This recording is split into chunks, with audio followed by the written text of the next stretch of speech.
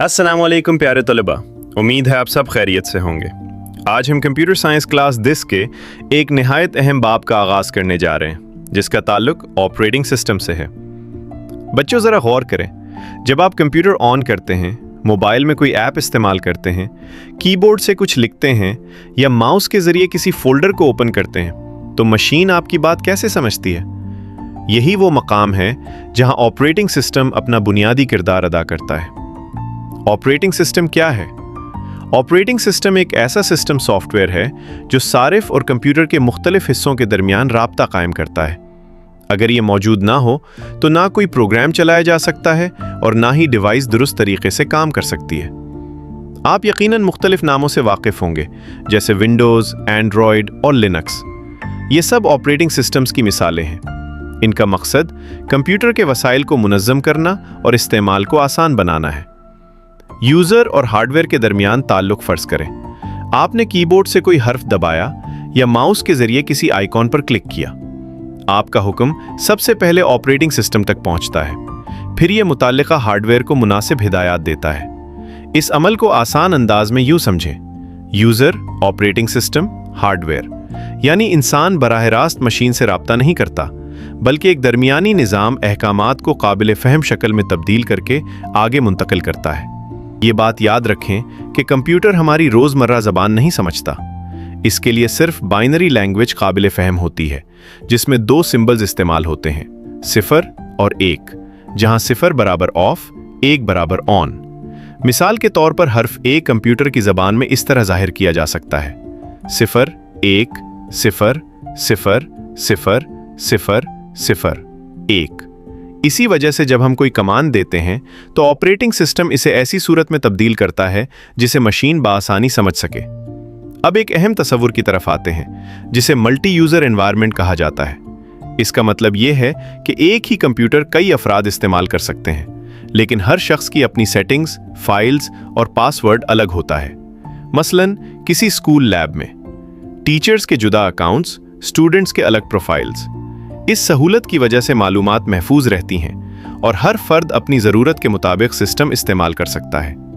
Operating system मुख्तलिफ users के accounts बनाने और उन्हें मैनेज करने की सहूलत भी देता है। मिसाल के तौर पर लैब एडमिनिस्ट्रेटर नए अकाउंट्स बना सकता है, पासवर्ड मुकर्रर कर सकता है, इख्तियारात महदूद कर सकता है या गैर ज़रूरी एक्सेस ख़त्म कर सकता है। अब समझते हैं कि ऑपरेटिंग सिस्टम अंदरूनी तौर पर किस तरतीब से काम करता है। सबसे निचली सतह पर हार्डवेयर मौजूद होता है, जैसे CPU, रैम और स्टोरेज डिवाइसेस। इसके ऊपर कर्नल होता है जो बुनियादी काम अंजाम देता है। फिर सिस्टम लाइब्रेरीज मौजूद होती हैं जो मुख्तलिफ प्रोग्राम्स को मदद फराहम करती हैं। इसके बाद शेल आती है जिसके ज़रिए यूज़र सिस्टम से राब्ता करता है। और सबसे ऊपर मुख्तलिफ एप्लीकेशंस चलती हैं, मसलन ब्राउज़र, मीडिया प्लेयर या एजुकेशनल सॉफ्टवेयर। कर्नल और शेल में फ़र्क, ये सवाल इम्तिहान में अक्सर पूछा जाता है, इसलिए इसे अच्छी तरह समझें।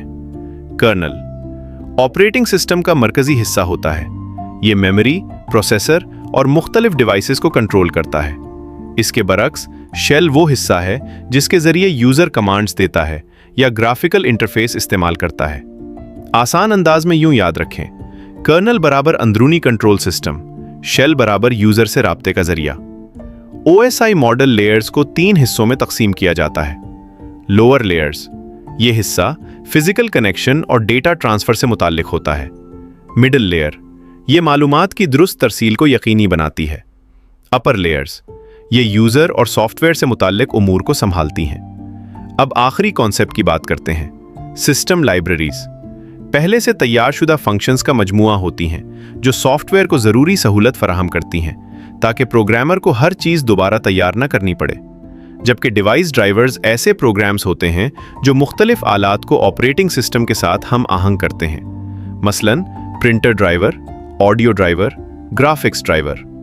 अगर मुताल्लिका ड्राइवर मौजूद न हो तो डिवाइस दुरुस्त अंदाज में काम नहीं करेगी। स्टूडेंट्स, यूनिट 1 के मुकम्मल नोट्स 2 फाइल्स यानी उर्दू और इंग्लिश में तैयार करके वीडियो डिस्क्रिप्शन में लिंक दे दिया गया है, जबकि पैन कमेंट में भी लिंक मौजूद है। आप वहां से डाउनलोड करके अपने पास महफूज कर लें और अभी से तैयारी का आगाज करें। कोशिश करें कि कोई अहम पॉइंट नज़रअंदाज ना हो, क्योंकि बोर्ड एग्जामिनेशन में मामूली कॉन्सेप्ट्स भी अहमियत रखते हैं। अगर दौरान मुताला किसी टॉपिक में दुश्वारी पेश आए तो लेक्चर दोबारा देखें, पॉज करके नोट्स बनाएं या फिर मुझे कमेंट सेक्शन में ज़रूर लिखें। इसी के साथ अगली वीडियो में हम यूनिट 1 के मज़ीद अहम टॉपिक्स को कंटिन्यू करेंगे, लिहाजा अगला लेक्चर ज़रूर देखें ताकि कोई कॉन्सेप्ट मिस ना हो। अगर ये लेक्चर फ़ायदेमंद लगा हो तो वीडियो को लाइक करें, अपने दोस्तों तक शेयर करें और चैनल को सब्सक्राइब करना ना भूलिएगा ताकि क्लास 10 कंप्यूटर साइंस की मुकम्मल तैयारी बाकायदगी के साथ जारी रहे। अल्लाह हाफिज़।